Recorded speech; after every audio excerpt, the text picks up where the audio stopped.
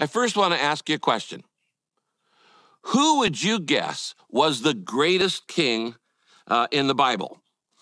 I don't know if you've been reading the Bible for a long time or just a little time, but you might guess King David, because he's certainly the most famous king. He wrote Psalm 23 and so many other great psalms.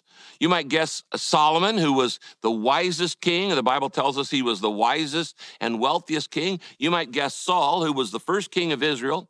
But God says the greatest king of all in the Bible was a little-known king named Hezekiah. And the Bible tells us all about him in 2 Kings chapter 18. Let me read this to you. Chapter 18 of 2 Kings, verses 2 to 7.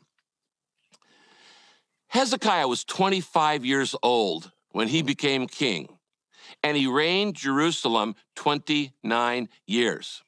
He did what was pleasing in the Lord's sight. Hezekiah trusted the Lord. And there was never another king like him in the land of Judah, either before him or after his time.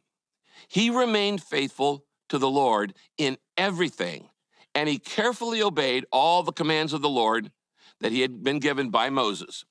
So the Lord was with him, and Hezekiah, watch this, was successful in everything he did.